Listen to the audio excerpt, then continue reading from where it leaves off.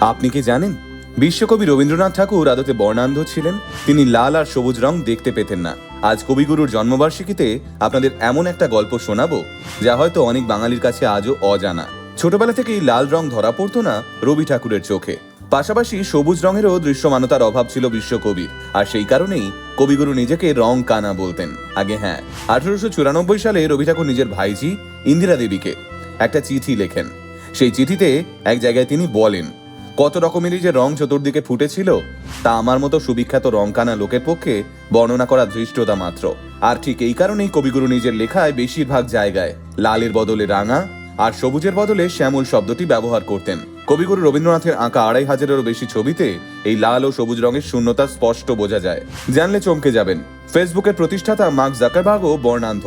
তিনিও কবিগুরুর মতো লাল ও সবুজ রং দেখতে পান না, আর সেই কারণেই ফেসবুকের রং নীল।